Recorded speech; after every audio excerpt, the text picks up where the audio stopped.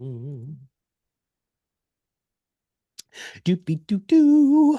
Hey, everybody, we're going to go ahead and just get started here just to let everybody into the room and just give everybody a second to try to get logged in here. Um, just so that everybody knows, this is the next level based off of a couple of different, not just podcasts, but webinars that we have done. Jessica and I have done. We're going to be referencing one of the webinars we did previously with Tom Schwab. And all of those are on our YouTube site. Jessica, I totally forgot to put down the YouTube link. Oh, that's okay. I'm going to do that in a minute once we get started, but I just, what is the ProudMouth YouTube link? Oh, it should be just like at ProudMouth, but I don't know. Yeah, with the domain. We could send it afterwards. I got it. That helps. Oh, I got it. you're very fast. All right, so I'm going to put that in the chat. So if you guys want to find any of the previous webinars, you can find them there. And you can also, you can just message Jessica or I if you need a replay. The other thing that I want to make sure that you guys all know is this is very tactical. Right? So, oh, thank you. I had this setting wrong on that. So this is a very tactical webinar that we're going to do today. So you're going to want to take some notes. We're going to deconstruct a couple of things. We're going to highlight a couple of things. And then with that, you know what we need to do? I'll just shut up and keep going. All right. So if you don't know who we are, I don't know where the hell you've been, but first we're going to ask all of you a question. Now, we asked this question in the last webinar, but Jessica wasn't here. She was doing stuff, right? I And know. so I wanted to hear what Jessica's favorite childhood movie was. And then I also put that in the chat. If you guys could put your answers down there, that would be fantastic. All right, Jess, you're on the hot seat. Well, in our last webinar, I did watch the replay. Katie Braden said that her favorite movie was The Parent Trap, and there are two versions. She likes both, but she favors the original one. Well, I favor the newer one. And when I say newer, it came out in 1998. And it's just so charming. I remember watching it in theaters. It was a pretty big movie at that time. And I watched it again about a month ago. And I think I loved it just as much when I rewatched it. I saw so many moments where I used to quote as a kid, just like strange, kind of obscure things. And there's a scene where one of the twins has a secret handshake with her butler that she then has to teach to the other twins so that they can trade spots. And it was such a popular thing to learn the handshake. So I remember like doing that with my friends, and it was just kind of a fun thing. So that is definitely my pick, no question about it. What about for you? Well, mine was the Goonies, and one of the things is, and I still watch it. I watch it about every 6 months, just because I know you know this, Jessica. But did we turn chat on to everybody? Because nobody's We chatting. did. I Okay. know it's I know it's quiet. weird. All right, you guys are freaks. Anyway, so Goonies, it's for me, and the main reason why it's Goonies is just because I was one of those kids who were always Tracy. Thank you. I don't watch movies. All right, thank you, Tracy. For me, it's just the sense of adventure. I still love doing that when I'm in a new city. Like I'm leaving for a conference next week on Monday. I'm going to San Diego. I've been to San Diego a lot. I'm going to try to find some new places to go, not to find buried treasure, even though if I find it, that'd be really freaking cool. So anyway, so that was mine. So all right, everybody. And so I'm Matt Halloran. If you don't know who I am, I'm the co-founder of ProudMouth. I'm also the chief relationship officer here, and I'm joined by Jessica. Jessica is not only our oldest employee, which means the longest term, not physically the oldest, but she's also the producer of the Top Advisor Market podcast, and she also gets an enormous amount of inquiries about people being on the show, which is what we're going to be talking about today. But even more importantly, she's been writing for ProudMouth for 7 years. So when it comes to voice, when it comes to knowing what works, Jessica is truly an expert, and we're really grateful to have her here. All right, let's go. Oh, thank you. Not sure I can add much to that, so let's jump right in. All right. So there's two strategies in this first technique. One is your strategic guesting, getting you on other shows, and then the other one is getting high profile guests on your show. So we're going to break that stuff down here. And I really like Tom. If you didn't go see the webinar with Tom from Interview Valet, I really recommend that you do, because getting you on another show is his entire business model. And I love that he talks about that you don't want to be, because everybody comes and said, I want to be on 100 podcasts. But really what they want to do is they want to be on the right podcast so they get the right people listening. And I just think that's very sage advice from Tom. And then you really do need to ask yourself these questions. And in fact, you know what I'm going to do, Jessica? I am going to put these questions in the chat. Okay. Because I can do that. I think, oh, no, I can't. I'm messing everything up. Oh, there we go. Come on, select all. I want people to see these because these, you really should be putting this in as like from a checklist, right? I mean, you really do. So when you're looking to see what podcasts that you want to go on, you have to ask these questions. So I'm not going to read them because you guys can read them. And I've been babbling long enough for you to have read them, but please, please make sure that you're doing this because this is really vital for you to make sure that when you're on somebody's show, that it's going to be the right show and you're going to be adding value. Jess, is there anything you want to add to that? I don't think so. Let's Okay. keep cruising along here. Okay. So we're going to do a live demo, which is going to be a lot of fun. So Jessica's going to go ahead and I'm going to steal the screen here. Yeah, I'll stop sharing just in case. You actually, oh, there we go. That was a little bit freaky. For a second, I thought I stopped the webinar. Nope. Okay, so what we did was we just went into a regular LinkedIn search because let's say you want to get in front of tech professionals, right? That's who your ideal target market is. You want to work with highly compensated, really complex benefit structure, compensation structures. So if you want to get in front of those people, well, you should probably try to get on tech podcasts. So what we did was we just put in regular, so I'm not using my super navigator. I'm just using the tech podcast in the regular Google search. And I actually clicked on posts instead of anything else because I want to see who's posting. Because if you remember, one of the questions that we just put in chat was, do they actively promote their podcast? So we want to know that. So here's the fun part. So here's Catherine Bamford. She's a second degree connection for me. So what I'm going to do is, so she made a list, by the way. So this is like way better than when Jessica and I ran this earlier. But so this is just an entire list of podcasts that are tech focused. So I'm going to click on that. Oh, look, it's a LinkedIn article, right? Ooh, and it's from about a week ago. Oh, okay. Look at this. Dum, dum, dum, dum. So here's what we're going to do. We're going to say legal innovation, players in the legal marketplace. Ooh, how about this one? Well, this is just a person's name. So in the world of legal technology, so these are people who are concerned about the legalities of technology. So we know that CEOs, CFOs, COOs, CIOs, legal counsel for big companies are going to be listening to this, which are your ideal target market. So what I'm going to do is I'm going to go ahead and highlight his name. And then I'm going to go back up into my search and I'm going to see if I'm connected with him. I am not, but this is where the magic happens. I do have one mutual connection, only one, which is weird because usually I have more than that. So I'm going to go ahead and click on this. So he's in the UK. It's probably why I don't have, oh, I actually know Samir. So I actually know this guy. And so here's what you can do. You can go to Samir and say, hey, Samir, you know that I am trying to get on these tech podcasts, and I see that you're connected with Ben Whitewick. I think that's how you'd pronounce his name. Would you make an introduction to Ben to see if I could become a guest on a show? And if you want to know what I'm going to talk about, which by the way, Jessica and I are going to show you this in a minute, here are some of the key talking points.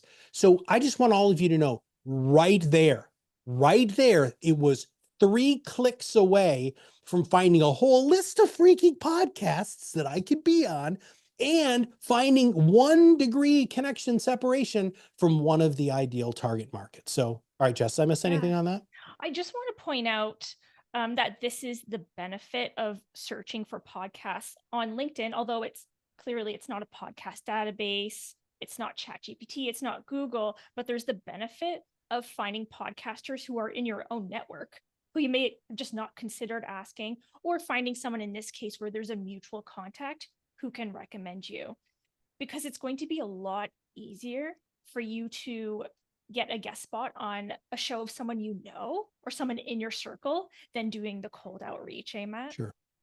Yes, and I don't think we have time to do this, but I have actually gone to ChatGPT. Jessica, you and I had talked about this, and just type in a prompt saying, "Please tell me the top 10 podcast for tech executive, CEO, COO, CIO, CFO level who are also looking for financial advice," and freaking hit enter, right? And you're going to get a pretty nice response from that. So, okay. So there is my side of the live demo. Haha, you're up next with the live demo here in just a This is minute. going to be me.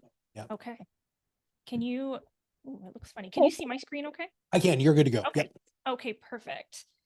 Now, okay, so hypothetically, you've gone to LinkedIn, you've found a great list of shows that you want to be a guest on. Now is asking that person, asking that podcaster for that opportunity. Matt and I receive emails all the time from people hoping to be on the podcast, or they're representing someone who hopes to be on the podcast. And oh gosh, I'm sorry, but we throw away most of those emails because just right away, it's so focused on them. Yeah. They're making these 5 mistakes. What I'm going to do is I'm going to jump somewhere else. We're going to look at a live pitch email. Matt, could you copy and paste these Yes, I can. points? And we're going to use these as a reference. What I've done, I'm just moving my Zoom thing, is I've taken an actual email that Matt and I received, and I just copied and pasted it into this Google Doc, did my best to obscure the person's name, and I kept the formatting the same as well. So let's have a look at this email and talk about how we would make some improvements, actually make the improvements. And I'd love to hear from all of you when you're looking at those 5 mistakes. What do you see? Like, what's popping out to you? And I'll just take a little scroll through so you can get the essence of it.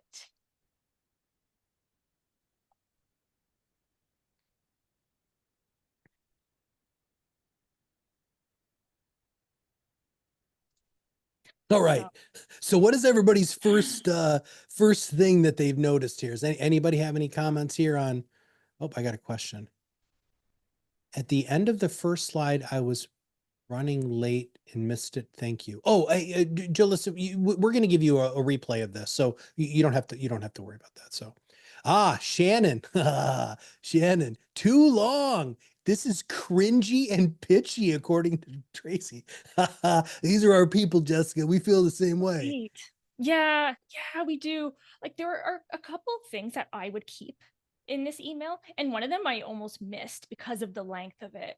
And one of those was the PS line where they've attached the guest one pager. The reason I would keep this with an asterisk, I would keep this because I do want to see that if the guest has potential speaking experience. And it's all good to attach the one pager, especially if there are maybe potential titles and speaker testimonials. Put that as something additive, but definitely put a link to their speaking experience right in the email, because then it's so easy for me to just hop over there. And then ideally, you're showing me a video podcast, and video, like we talked about last time, is that relationship accelerator. Now I can watch this person and, hopefully form that connection right away. Even just for that reason, I'm much more likely to say yes if I can see them on video and hear how they do feel a connection with them. Okay. Matt. Oh, the other thing I would keep is I like how they said what the guest would do in exchange, that they would promote the episode. I don't usually see any acknowledgement of that. And that's really, that reciprocity that we want to see with guesting. So I like that acknowledgement up front. But again, in the length of this email, it comes so late. Yeah. It's so easy to miss that. But what I am going to do as we start to edit is I'm going to pop this up to the top. Mm-hmm. And I got to get rid of this. Okay. It's just terrible. It's I cannot terrible. read it any longer. Okay. We'll stick that there, but I actually don't think that's the beginning. I'm going to mess around with this. Okay. For the start of this email, Matt, let's talk about making a reference to that mutual connection and to the person actually knowing what our podcast is about. Yes. So we'll use you know, I don't know if we have a mutual connection, right? Samir Samal.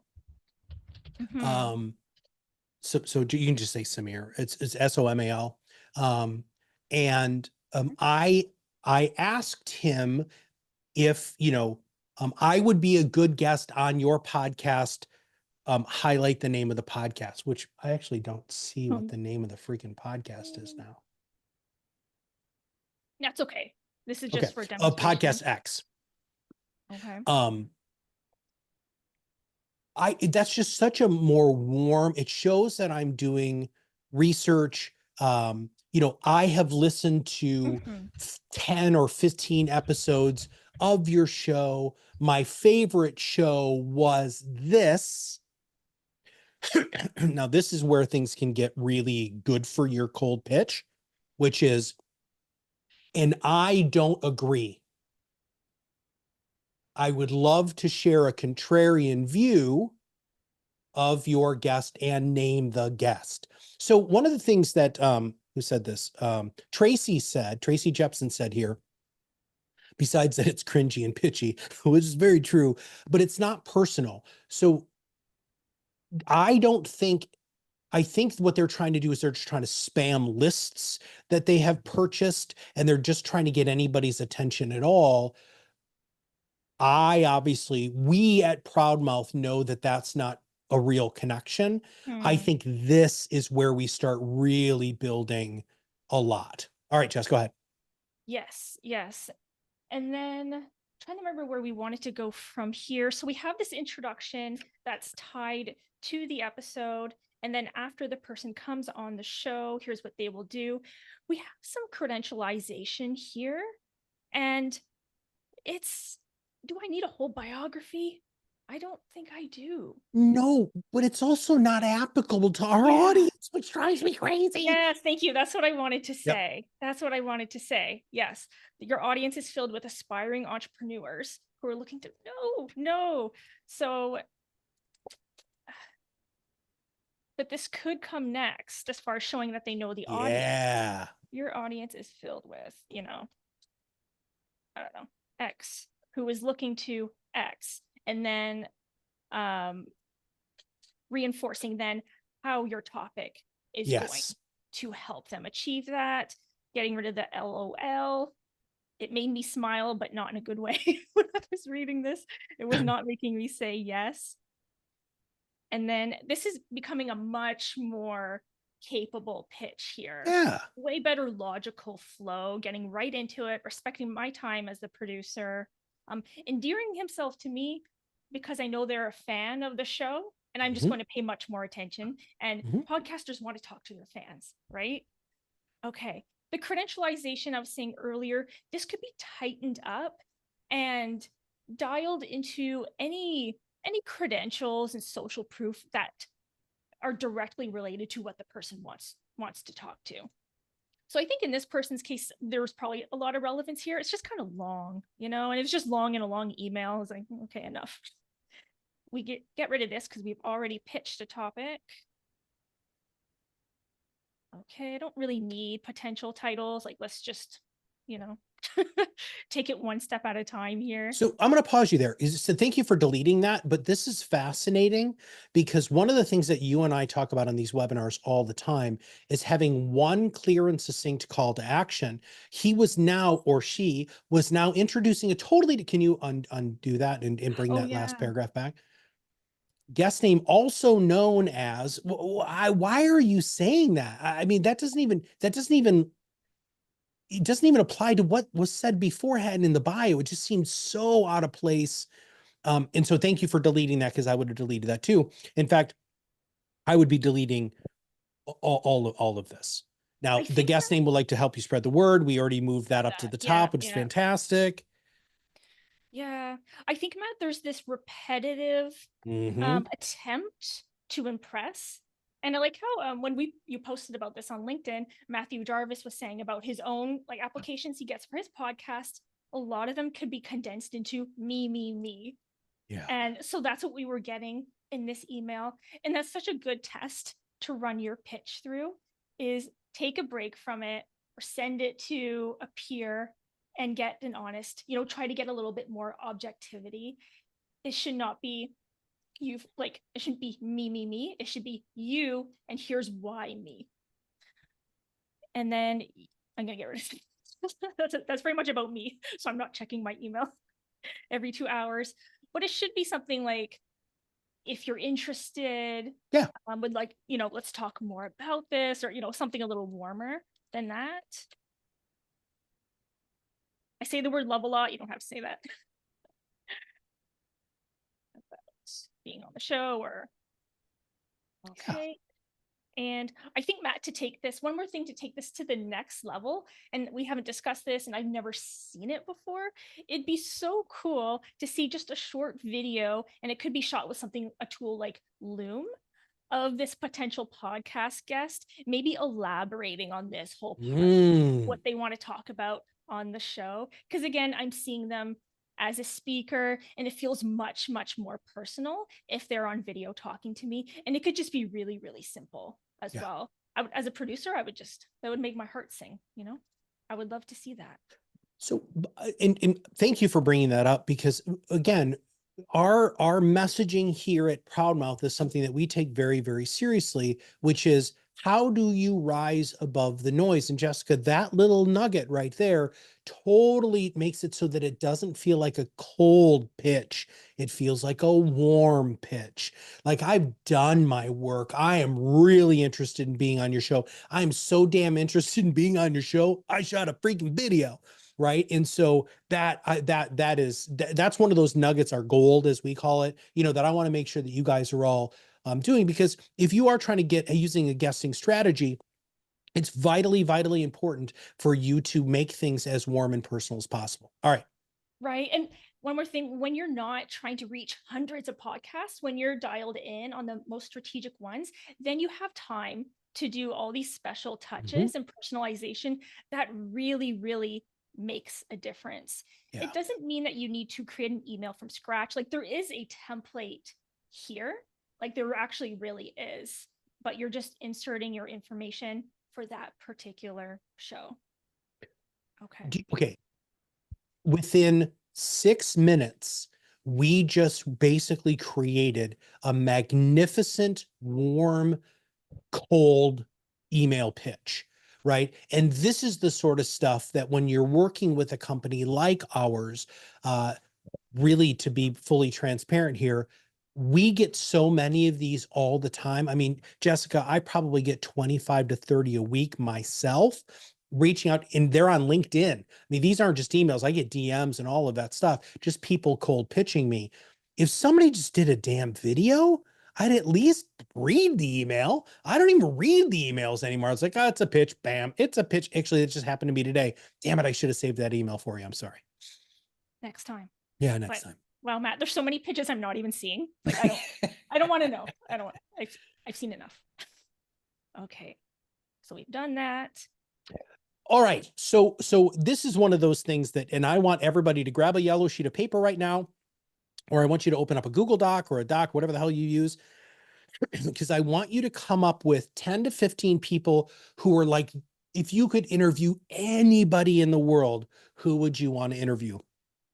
And as you're writing that down, right, I want to give you a couple of quick hints, and I'm going to give you some success stories because on the grand scheme of things, nobody knows who the hell I am, right? And so, I try really hard to become more visible. I try to raise the visibility of our company, but on the grand scheme of things, outside of our little niche in financial services, nobody knows who I am. And so there's two quick stories that I'm going to tell you.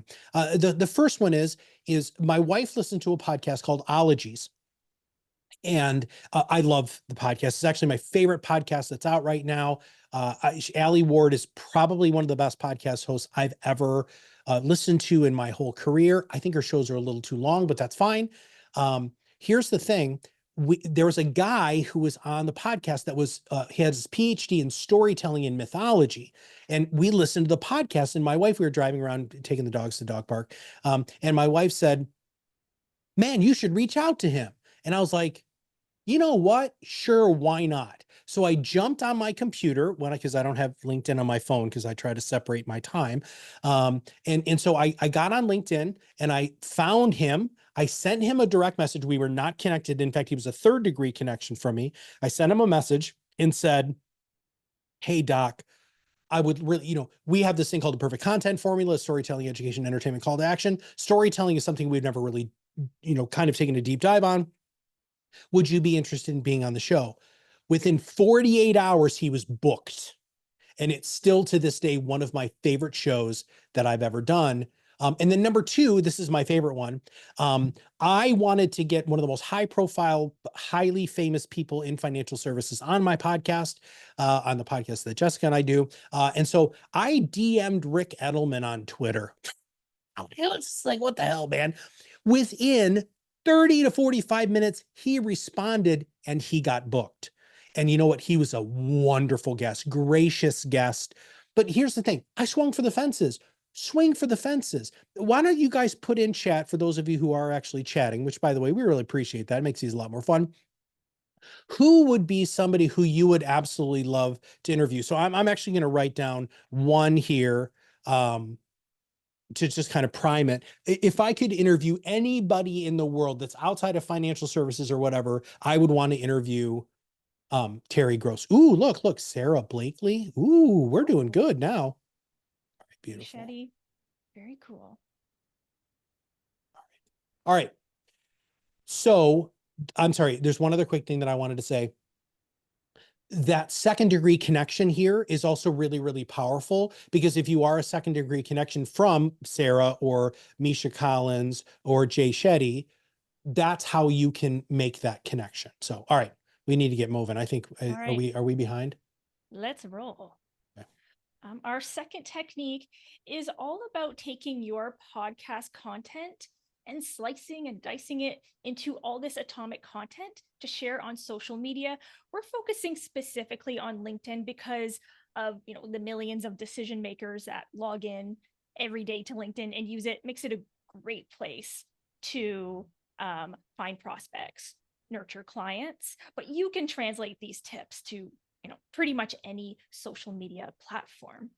And then, okay, this statement here was inspired by content strategist named Justin Simon, who talked about a little bit about this in a recent post of his. He helped inspire this quote and just solidify it in my brain, that for your podcast to contribute to business growth, it's way less important to focus on converting your audience into podcast listeners, and way more important to focus on converting them into fans by sharing your expertise, your unique perspective, and your you-ness, who you are, where they spend time, and in ways that they want to consume content.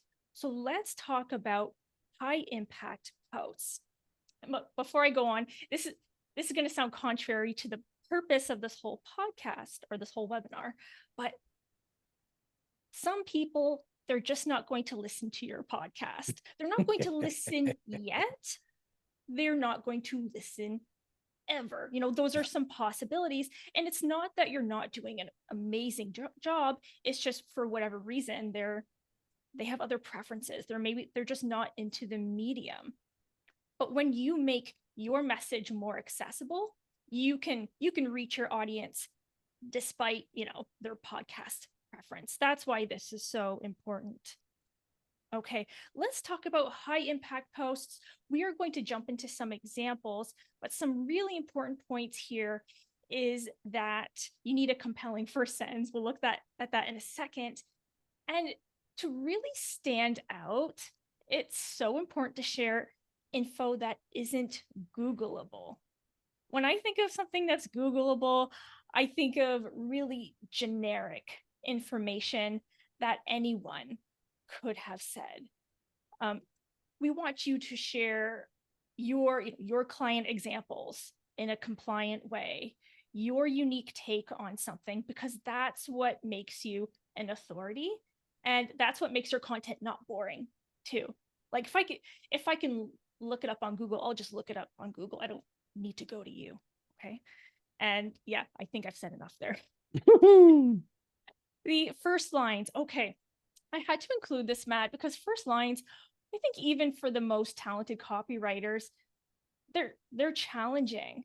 And I thought I would pull some of my favorite first lines from financial services professionals on LinkedIn. All the credit goes to them. They are attributed here. Let me know which one here jumps out to you. Like, what would you be clicking on? Now, there's something I will say that all of these have in common. All of these first lines spark curiosity. No, I can't whistle. I think most people can whistle. I can't whistle, but Ariel's telling us that. I kind of want to know why. I would definitely click on that. That makes me curious. Mm-hmm. And then another one I want to point out is number 5, storytelling. Matt, I'm loving the shift on LinkedIn to personal storytelling, Yeah. where it's becoming more just normal, more common to talk about yourself, to start a post with I. That used to be sort of frowned upon. Like if you're leading with I, then, oh, you must be talking about yourself. It must not be audience focused, where that's really not the case. You can talk about your experience with something in order to help your audience feel less alone. Okay, let's look at some examples. I am going to. Jessica, when we were practicing this, you said something, Yeah. and I apologize if you're about to say it. But as a copy editor, go ahead and switch your screen here. But as a copy editor, you had said something that was so powerful for me to hear, which was a lot of times after I write something, something in the body becomes the first sentence. And there it is. Okay, here it I'm is. going to show Okay, you here's that. the I'm going to example. show All you right, good, that. good, good. All right. I absolutely love that. Okay, so what we are going to do is look at this example of a post from an advisor, James Grace, who has a podcast. We're going to watch the video clip and look at the copy, and we will talk about the different recipe components for a compelling post. What do we see happening here? Matt, could you put those in the chat if you have a moment? I can. In the meantime, you could all just kind of have a look at this, what's happening here in this post. And then Matt, when you're ready, we'll start with the video. Got it. It's in. I'm worried that I didn't share with sound. So let me just do a quick test. To talk about money. And it's still not our favorite subject. We've worked. I'm going to back it up. Okay. Okay, here we go. My wife and I struggled to talk about money, and it's still not our favorite subject. We've worked at it over the last couple of years. Why does it give us that kind of pit in our stomach when we start talking about money with our spouse or partner? When I talk about money with couples or other advisors, I talk about money as being a content issue. And so what I mean by that is money is oftentimes the thing that couples argue about or fight about. Oftentimes, if you think about an iceberg, there's a lot more underneath the surface than just the subject matter of money.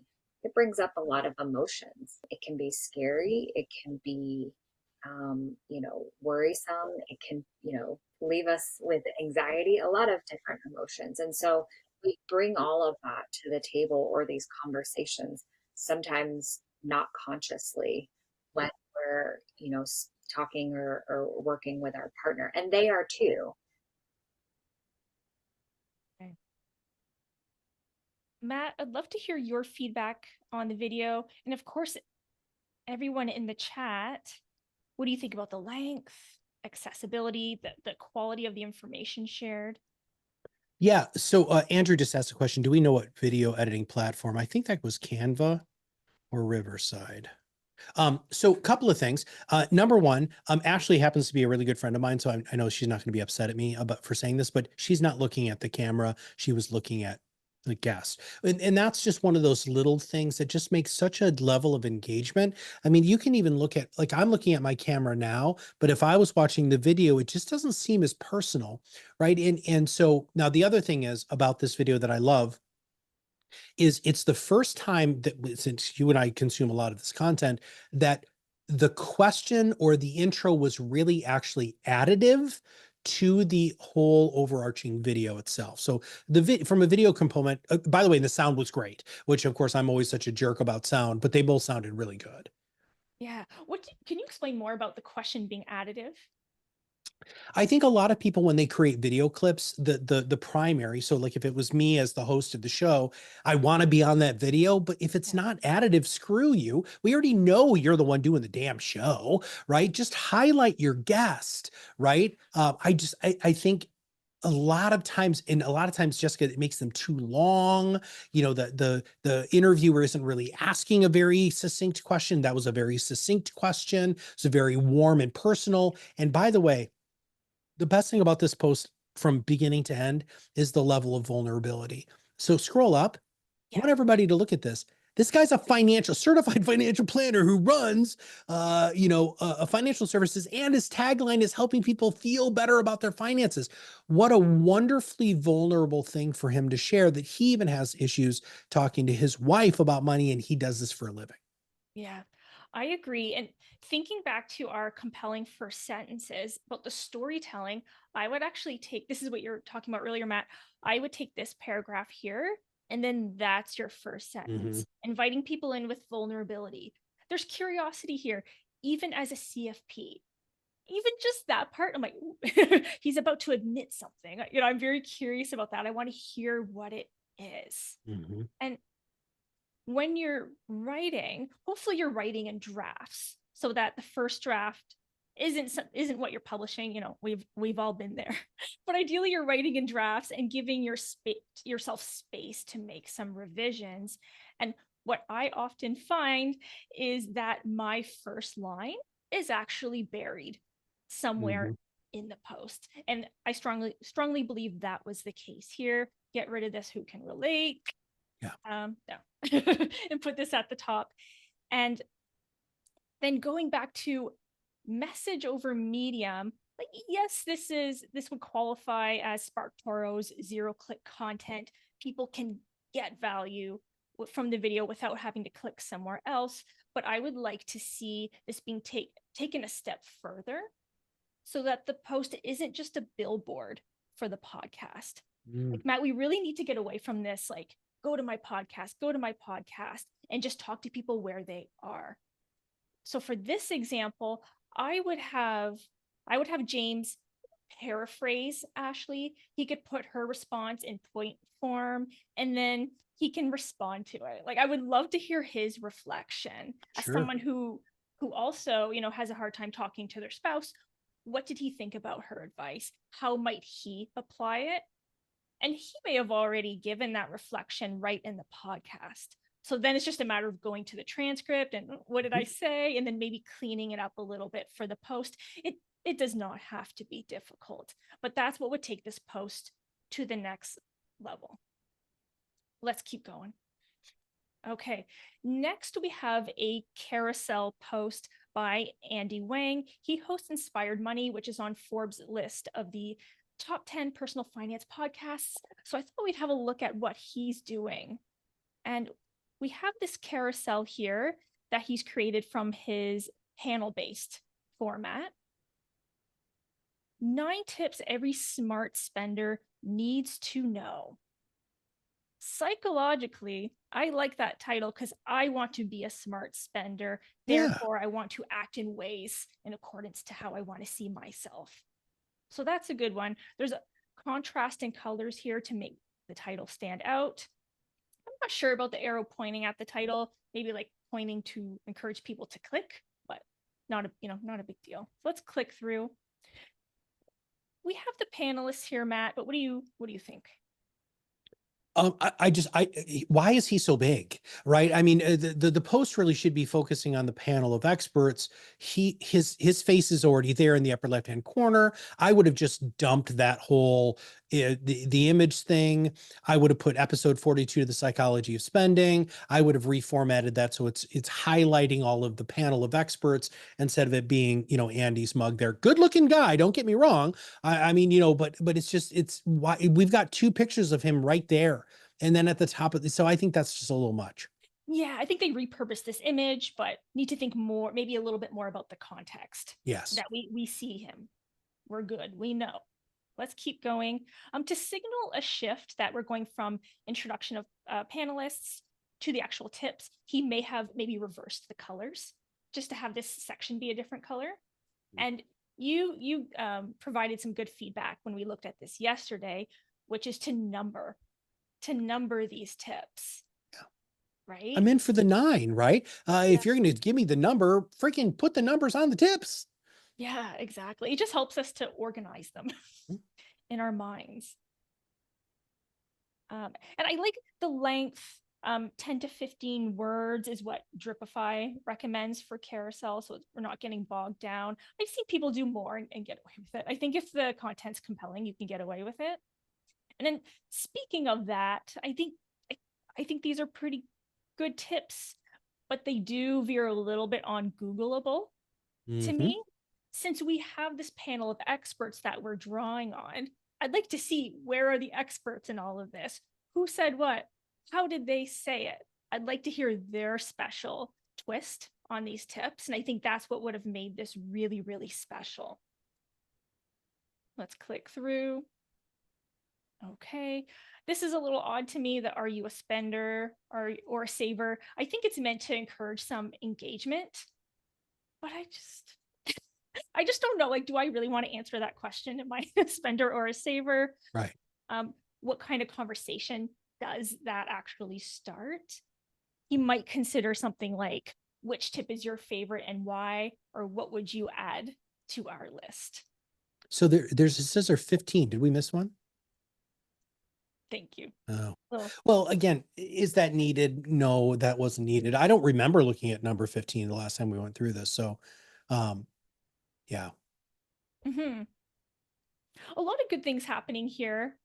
And I love this idea of extracting information from your podcast and presenting it to people in a whole new way. That's why I wanted to make sure that we showcased the carousel post. And if you're using a template from Canva and really just pulling from that transcript, I really cannot stress that enough. I don't know that people do this enough. Is just really use the transcript as their best friend. Pull from there, clean it up, put it on the slide, and then you actually have the essence of how the person said it. Yeah. Jessica, you said something with this, and a couple of things. Number one, we know that carousels or multiple images, we actually talked about this 2 webinars ago, are really highly favored on LinkedIn.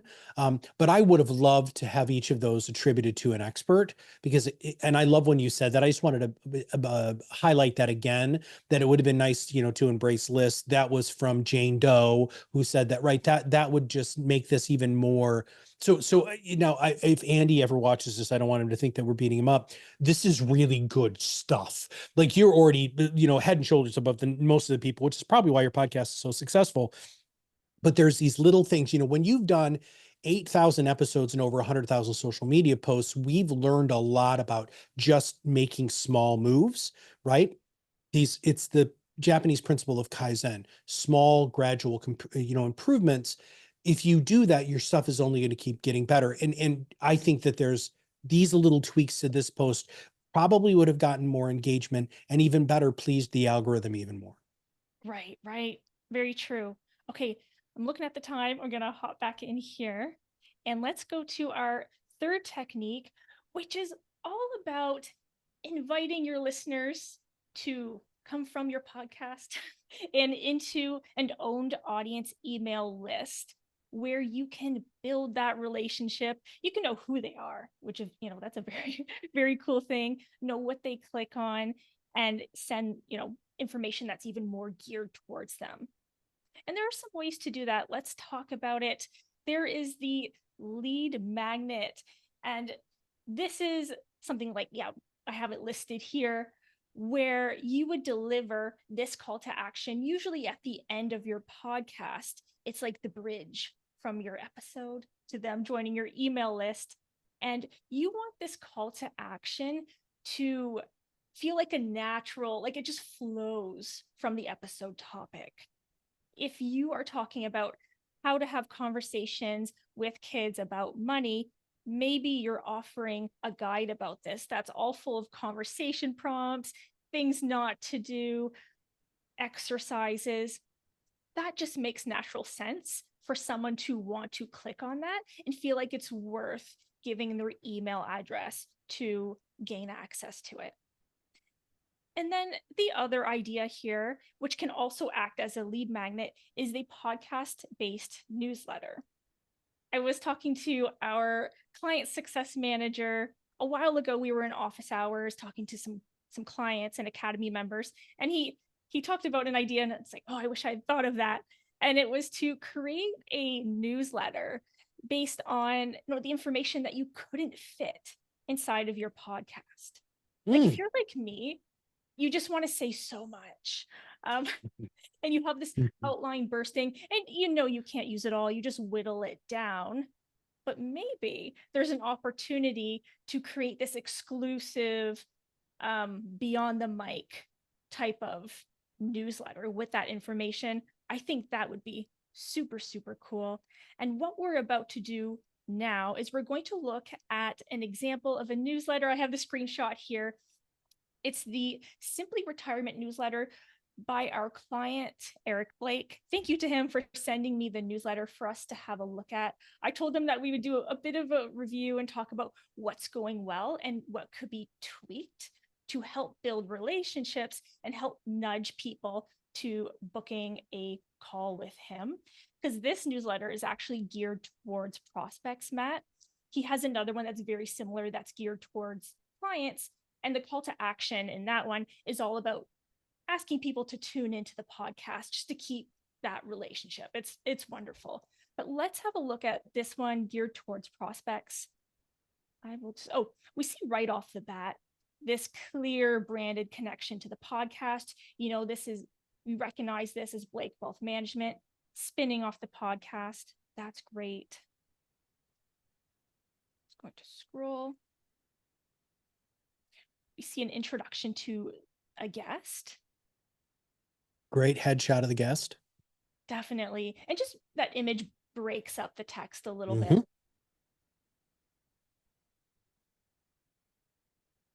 Some key highlights. Call to action to tune into the podcast on your favorite app. Resources. And then when you're ready, here are three ways I can help you. Okay, Matt, what do you see working well here? So I think the flow of it's really, really good, right? I agree. I like that the text is broken up. I love bullet points, super fast, quick, easy read. I like the links there. I don't know if anybody noticed that. These are hot links that will allow you to connect with the guest and Eric socially and through websites, which I also think is really, really powerful. One thing that I probably would have tried to do is I would have probably done the treatment of some sort on the headshot though, just to make it so that it's not so stark, that it doesn't look like it's like, when this is probably before your time, Jessica, but when we actually had to like put, Scotch tape on stuff in presentations, because we didn't have a way to print anything out like that. So I'm not, I was not around for that. Yeah, yes. So I used to do audio editing, by the way, with Scotch tape. That's how freaking old I am. But there are a couple of things that I would like to highlight here that I think could make this tighter and maybe not so long. So if you keep scrolling down, I'm just really going to have you stop there. So I don't think he needs to advertise the podcast again, right? I mean, this is already in reference to the podcast. It's just kind of being redundant.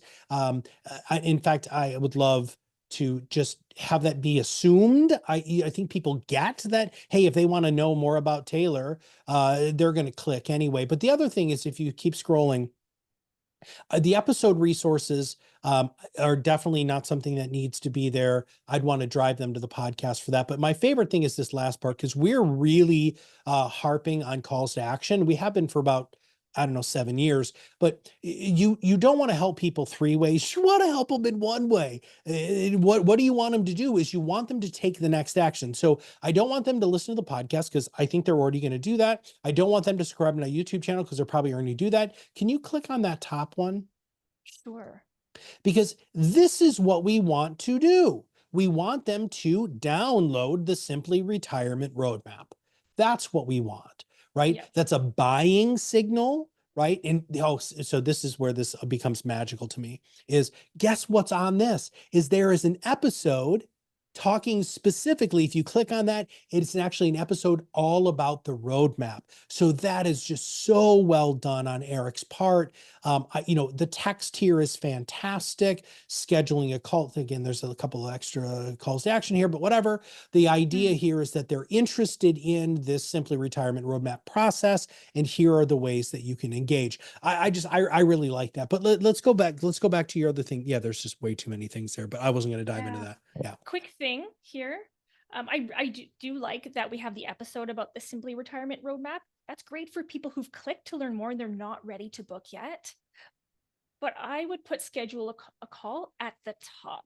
I found it a little bit confusing when I got here. I was like, oh, is this for a podcast episode? If you want to drive people towards a call to action, put it at the top. And if they're still not sure, they'll be scrolling and then they can listen to the episode. Yeah. Okay. My suggestions, I love all the white space, really just a fan of what Eric Blake is doing in general. But some suggestions I would have here is to think again about the message over the medium and maybe being less duplicative of the podcast summary. If people want all this information about what the episode is about, they can click to the podcast and find that out. But usually people are, they're checking their emails, they're reading it, they're going on to the next one. They're probably not going to a podcast at that point. So the magical thing in a newsletter, or really effective thing, is to give your readers a quick win. So I'd love to see Eric maybe pull out one of the self-care tips that Taylor shared, put them in the email, and he can say, why this tip is so important for women who are, navigating the complexities of retirement planning. He can have, again, that personal response, that personal reflection to it, and link to the podcast for anyone who's interested. And then that also gets people a lot. If you don't have all this, it gets people to your how I can help you a lot quicker. Because ideally, you want to be driving people to one call to action, and then that podcast could be that indirect call to action. What do you think, Matt? I absolutely agree. Clear, simple, succinct. Yeah. And 0 click. Even emails should have 0 click content, right? Well, yeah, they've already gotten here. They're already on your list, right? And so what do we need to do to get them to, unless you're selling something, which is a huge issue for financial advisors, right? Is we're really not selling a lot of stuff. And so, buying signals are much more that they're clicking and, consuming your content. You don't need to have that same level of clicking as unless you were selling products or services or, transactional sort of things where every click is a buying signal. And then that means you have upsell, cross-sell opportunities, but that doesn't really apply in financial services. So, yeah. Yes, overall, some tweaks to make, but awesome job, Eric. Well done. Nurturing his audience and tailoring the emails, right? Yeah. Clients, prospects. That is awesome. Okay, I'm going to hop back into the presentation, Matt. Yeah, I wanted to say, so I was looking through the chat here, and I went ahead and I Googled a couple of these different people who they wanted to interview, and Jalissa said Jay Shetty. By the way, everybody needs to look up that guy. talk about doing things right. Holy crap. Just really, really powerful. All right. Well, so to wrap everything up so that you guys can, go do your whatever you need to do. We want to be able to help people more and more. And there's a couple of really good ways to do that.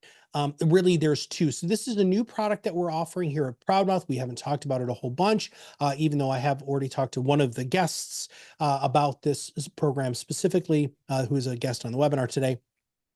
But we have something called Sonic Boom Coaching. Sonic Boom Coaching is two different directions. One, if you have not started a podcast yet and you really want professionals to help you get it launched, that's our regular Sonic Boom Coaching. If you have a show already and you want to learn how to make it better, that's Sonic Boom Coaching Pro. Now, we're not starting another class until January, just so that everybody knows. Our first class of SBC Pro is full. But if you do want to get into the regular podcast launch, the regular Sonic Boom, where we're just helping you launch, we are still taking people to help with that. So you can totally sign up for that. All you have to do is scan this QR code with your phone.